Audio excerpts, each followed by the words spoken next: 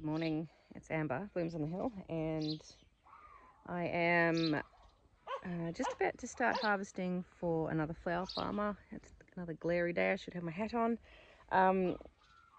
She wants 10 stems of this scabiosa, so it's sort of, can't remember which one this one is, but it's a bit lemony and then there's a little bit of apricot in it. So she's after the apricot. And they're funny stems because I want to cut them long enough, but it's going to take a lot of the buds. It's a lot of side shoots, but that's all right. So anyway, we'll try and get 10 stems of that. Now I'm out, not stupidly early, but early enough to try and beat the bees, and I don't see any around yet, so that's good. She also wants 10 stems of the Apricotta cosmos. Now I actually pulled out a handful of plants because it never gets big enough, so I actually never ever use it, and then because now someone wants to buy it off me, but it's okay. I think I've got 3 plants of it. I might be able to get 10 stems of that, and then I'm going to cut, she wants 50 zinnias ranging from the champagne to orange colours, so no pinks. So we'll see if we've got 50 of that in that colour range. And I thought we could have a chat about the Floret zinnias. So a lot of people have grown them, a lot of people wanted them, couldn't afford them. I just thought I'd just do my review on what I think of them, because normally I don't love zinnias, but that's kind of changed. So anyway, I'll cut this and we'll get cracking. I didn't think I was going to be able to get 10 stems of that, but I have. Some of them have got several heads on it, which is fine because they're sort of odd kind of shapes, but that's good. I've sort of thrown an extra one in because one was a little shorter. This is my Apricotta cosmos, and it's quite pink. Now, the brief was no pink in the zinnias, but I'm like, this is a very pinky looking cosmos. Anyway, I will cut it and give it to her. So hopefully, see this little one down here has got more of that apricot hue in it. It's sort of got a lavender kind of a tint to it as well. It's very iridescent. If you've never grown it, it's a nice one, but it's certainly a lot shorter than, see, this plant here only comes up to my, it's just above my knee, but remembering I'm short, yeah, see there are other ones are up to my, actually sort of above my waist, these big tall ones there. So anyway, see, I had some more of the apricotta planted in here, but I pulled it out and put in this one, which is not obviously ready yet. It's a bit behind the others, and that's the tall single, tall sensation. So I think that's a mix of colour, that one, but obviously, as the name suggests, it should be a tall one. Anyway, we'll see if we can get 10 stems out of this, and hopefully it's the right colour for her. Now, there's 10 stems of that. That one's not a great one, but it's actually, there's 2 flowers on that one. It's a branching, I've got some there that are actually branching from the bottom, so it's like, well, might as well have them like that, just so I can get them long enough. So there's 10. Anyway, I'll set this bucket in the shade and I'll go get the zinnias now.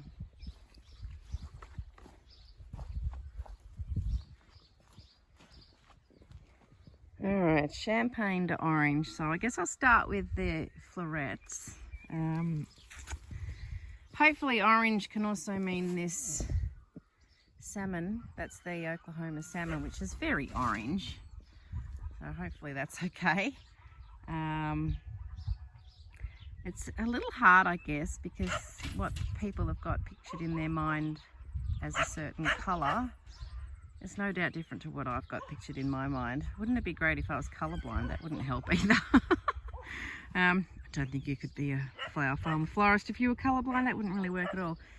Anyway, we'll get stuck into these. So if you're unfamiliar with zinnias, although most people are, you need to test whether or not they're ready to harvest, and it's just a simple, you grab it and you give it a wiggle. Now this one's a very stiff flower, so that one would be ready to cut. Let's find one that's not. I've got lots that are ready. This one, no, oh, you're a bit wobbly. He's a bit wobbly. If it's wobbly head, then you don't cut him. So he's a little bit wobbly. And some of them you'll notice are really wobbly. Oh, then none of them are going to play ball. They're all going to be fairly stiff. Anyway, I might find one that's a bit more wobbly than others.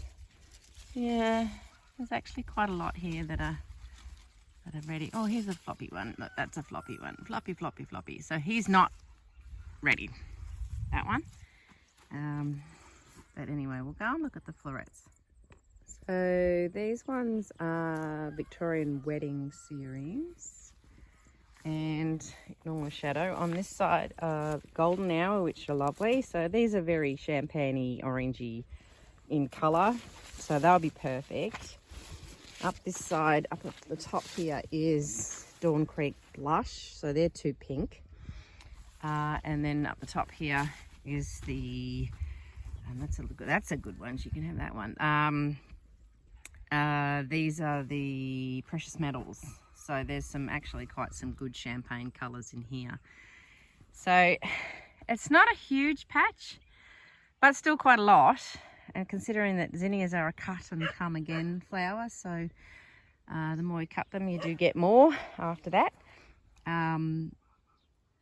So they are a good giving sort of plant. Now these, to get long stems, I have to cut fairly deep, and it sort of becomes quite difficult because you've sort of, often you're cutting off these side shoots with buds and you think, oh no, I'm cutting away more, but you've just got to cut deep to keep encouraging longer stems. So be a little bit brave.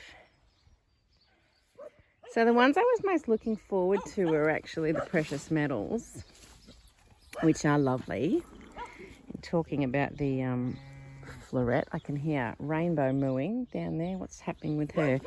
And they've got a really interesting sort of green hue on the back, which Erin from Floret was talking about. And it's true, they're really different underneath.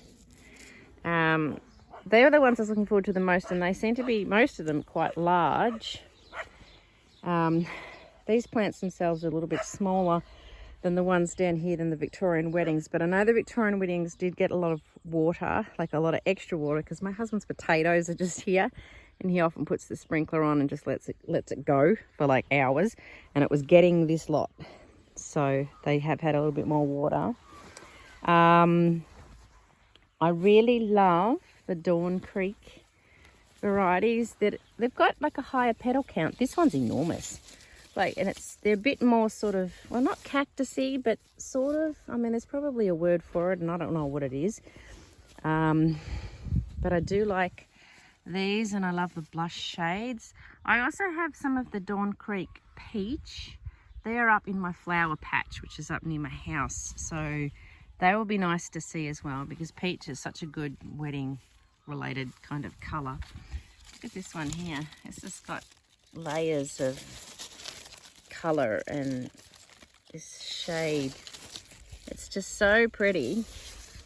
The ones I was quite surprised about were the Golden Hour, and I bought these ones not thinking I'd love them as much because they looked a little bit more orange sort of toned on the photos with the seed packets, but they are, there's a bit more apricot and sort of, that's a very soft lemon, which I do like that colour. I'm quite partial to a soft lemon flower. It's got a hint of sort of that lavender in there as well. Hopefully that's all right, because that's a good one. But no, I do. I'm quite surprised by the Golden Hour, and they're quite big. Most of them are quite big. The other one that I was a bit more surprised with is these Victorian Weddings too. I didn't think I'd like them as much. So they've got some good colours. When they end up like this little single thing, they're a little bit meh, like in terms of the shape, but the colours are really pretty. So, and I have had some double ones. That one's gone too far over, some really fluffy ones. And there's been some interesting like two-tones. This is sort of two-toned there. This is very two-toned. It's got like dark on the bottom and then there's pale. That one's gone too far over. And that's another one that's the same, gone a bit too far, but also that two-tone colour. So that's really interesting. And there's another one here. Look how dark that one is on the bottom. It's a bit hard to see with it, the sun like that, but dark on the bottom there, really sort of burgundy. there's been a few throwbacks of strangeness, which Erin said would happen because they weren't quite ready. So here's a really yellow one. Hello, really yellow. Another really yellow, but that's all right. It's fine. That's nice too, really soft lemons. So they're really nice. And so I don't love zinnias normally. I never have. But these have changed my mind. So just because of the colours, and I was actually planning on trying to do a bit of crossbreeding myself. I bought a lot of seeds this year, and I was going to try doing some crossbreeding. I bought the book, and I can't remember who it's by. I can't remember, but was one that got a fair bit of press, so I did get that and read it and find it very interesting because genetics, I seem to understand it for some reason. So I was going to do some breeding, which I might try, but then these were released in Australia, so because these are the colours I was going to, try for. But anyway, over here is just my normal zinnias. So I went for the Oklahoma series and the Banari series because they're the two that are really good for cuts. And I also got some of the Queen Lime ones as well. Now, for me, in the past, I've really only grown like lots of zinnias once, and that wasn't as many as this, nowhere near. And I did grow the Queen Lime Red, and I didn't love it. It looked dirty and horrible, but they were up in my flower patch, which is up there just behind the house. Whether it was the soil, whether it was, I don't know what, I have no idea, but I didn't love them. So I'm quite happy with them this year. I've also got Queen Lime Peach, but none in this patch. They're still coming. So there's some up, I think they're up in the one behind the house. And I have planted some more. I've got some more sown. So hopefully they'll flower in time for this season. But anyway, so these are Oklahoma, the little white ones, and there's a Banari white one. You can't beat white. I also grew the wine just so I could have a darker one, which I really like as well. I prefer a red that's more burgundy, so a blue red compared to a orange red. So I quite like that. The other one I grew was the, I can't say it. It's Burpina, I think it's pronounced. And there's an orange one over there. It's a bit more cactusy, and it's just a whole mix of colours. So it should really be this patch in here. Can't say I'm a massive fan, but it's just a bit different. But the little Oklahoma ones are really great. There's lots of doubles in there with lots and lots of petals, so that's good. The and this is the salmon colour. Yeah, salmon, it's very orange. So, I don't know what they mean by salmon, but I suppose that. But to me, I'd just call that orange, but, hey-ho. I've grown the lime, the Banari lime, which is weird to grow a green flower, but it actually looks really good in arrangements, and autumn arrangements green looks really nice, that lime green. Bog standard pink, there's your Oklahoma ones, and there should be some Banari pink ones in here too. You got to grow pink. So, weddings and all that jazz, and a lot of people love pink, so there you go. But these over here, all these florets have certainly helped me change my mind about zinnias. They're just a really handy flower. I don't think you can be a flower farmer and not grow them. I think you've just got to have zinnias. Dogs are going off at something. Jack's running around.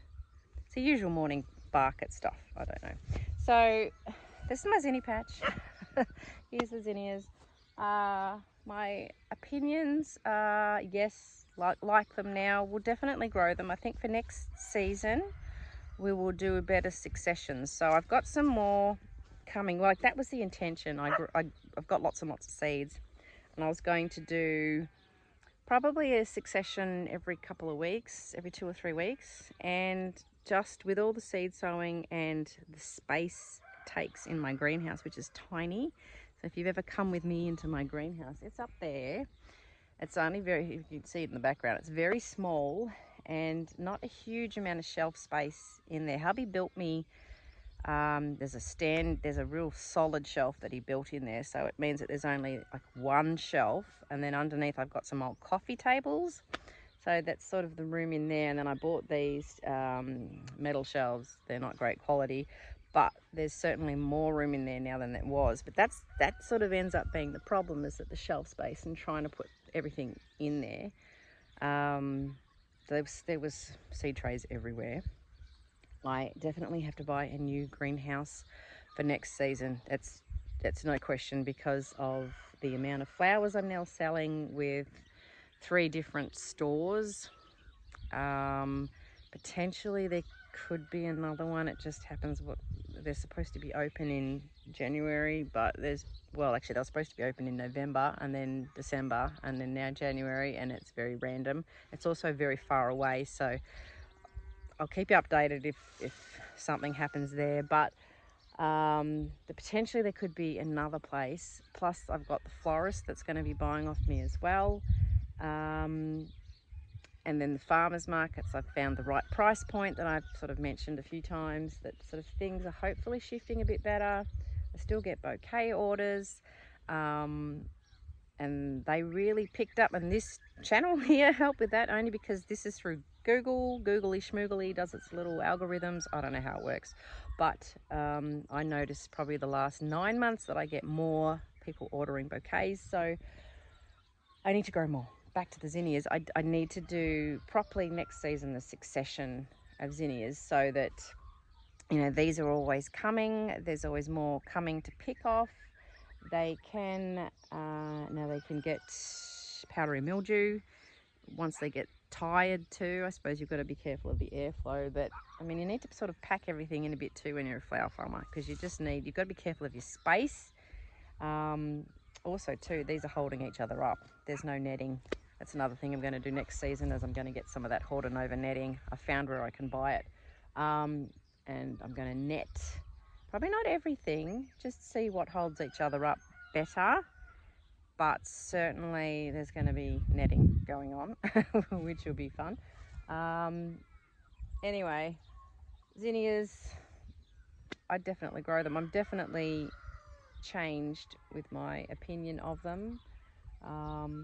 Perhaps the thing with me too was that I was always so dahlia focused that the work didn't go into the other flowers, and now it's, you know, I guess you learn more about each different flower, and like I'm able to retain more knowledge about all these different other crops that I'd never grown before. So yeah, that's been really helpful. Anyway, I'm going to cut these. I'm going to do my wiggle test. I can't remember what time the lady was showing up to pick these up, but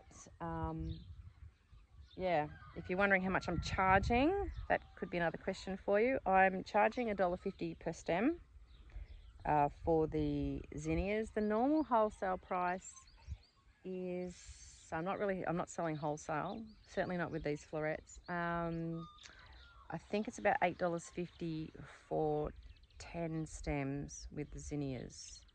And the cosmos goes for $7.50 for 5 stems, and the scabiosa was $10 for 10. So that could vary depending which state or which thing you look up. Sometimes some prices I couldn't find. I had to make up my own wholesale list. Some prices I needed to look up, and then I came up with American prices and then had to kind of adjust them for Australia. So that's how I'm working it. I know, not classy talking about money, but people are curious. Like, people want to know. I know, I'd like to be honest with you guys, and that's probably why you're here. You want to learn something, but that's where I'm sitting. And $1.50 per stem is actually what I charge when brides are purchasing buckets of flowers from me. It's a straight $1.50 per stem for everything, and then $3 for things like dahlias, roses, my tulips would be the same, you know, all those more bigger focal flowers. I know the $1.50 you get things that are smaller, and then things that are like sort of bigger. But I think by doing $1.50, it evens it out. It kind of averages it. So if that's, I know we've got into prices, but yeah. So anyway, I'm going to keep cutting. Hope this has been helpful. Have a good day. Weather's beautiful. Share this if you feel like it. It does seem to help. It certainly helps people find me and then buy bouquets, so that's cool. Yeah, we have got past 1,000 subscribers, which is really weird. So yay us. And you can buy me a coffee thing, which is actually you buy me a virtual flower if you feel like supporting the channel, I suppose. Someone did the other day, so thank you to you. I can't remember what your name was, but thank you. And I'll get cracking with this and then have some breakfast. I'll see you later. Bye. Alright, just as a quick PS, here's my bucket of champagne to orange zinnias. So this one here, this is an extra one. It's got pink on the edges, so either I'll shove that in my house or I'll give that to her and see what she thinks. But that's, yeah, it's got the pink. These salmon Oklahomas, which are here, they've certainly changed tone. They look way more orange once I put them in this mix. So they've lost that sort of slightly pink tone. As soon as I've shoved them in here, it was quite remarkable actually. They just seem to change colour. So, excuse me, that's the orange coming in there, and it doesn't look out of place with the rest of it. So I'm really happy with that. There you go.